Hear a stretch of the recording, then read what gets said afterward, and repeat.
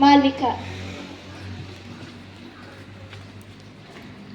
ಎಲ್ಲರಿಗೂ ಶುಭೋದಯಗಳು. ಕತೆ ಅಂದ್ರೆ ಯಾರಿಗೆ ಇಷ್ಟ ಇಲ್ಲ ಹೇಳಿ?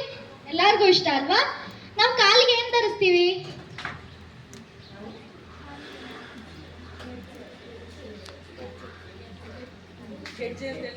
ಗೆಜ್ಜೆ ಬಿಟ್ರೆ ಏನ್ ಧರಿಸ್ತೀವಿ?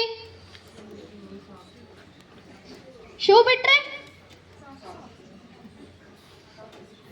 ಸಾಕ್ಸ್ ಜೊತೆ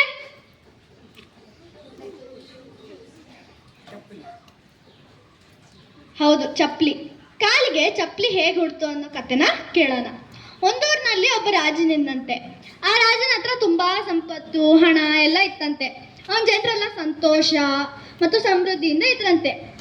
ಅವನ ರಾಜ್ಯದಲ್ಲಿ ತುಂಬಾ ಪ್ರವಾಸ ಸ್ಥಳಗಳು ಇದ್ವಂತೆ. ಒಂದಿನ ಅವನಿಗೆ ಅದನ್ನ ನೋಡ್ಬೇಕು ಅಂತ ಆಸೆ ಆಯ್ತಂತೆ. ಅವನು ತನ್ನ ಆಸ್ಥಾನದ ಪರಿವಾರ ಇರ್ತಾರಲ್ಲ, ಅವ್ರ ಜೊತೆ ಪ್ರವಾಸಕ್ಕೆ ಹೊರಟ.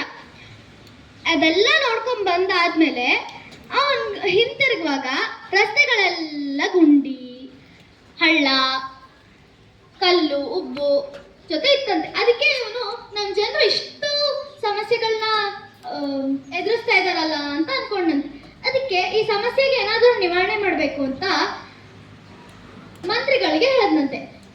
ಅವನೇನಂದ ಅಂದ್ರೆ, ರಸ್ತೆಗಳಿಗೆ ನಾವು ಚರ್ಮ ಹಾಕ್ಬೋದಲ್ಲ ಅಂತ. ಅದಕ್ಕೆ ಮಂತ್ರಿಗಳು ಸರಿ ಅಂದ್ರಂತೆ. ಒಬ್ಬ ಮಂತ್ರಿ ಹೇಳದಂತೆ, ಚರ್ಮ ಹಾಕೋ ಬದಲು ನಾವು ಚರ್ಮ ಹಾಕಕ್ಕೆ ನಮಗೆ ತುಂಬಾ ಹಣ ಬೇಕು, ಮತ್ತೆ ತುಂಬಾ ಪ್ರಾಣಿಗಳನ್ನ ಕೊಲ್ಬೇಕು.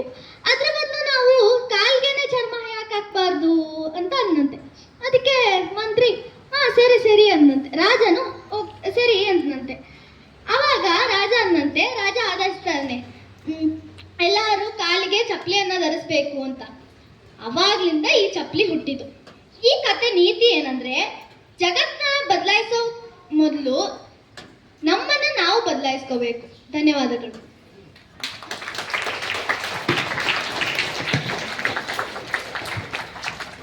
ಧನ್ಯವಾದಗಳು.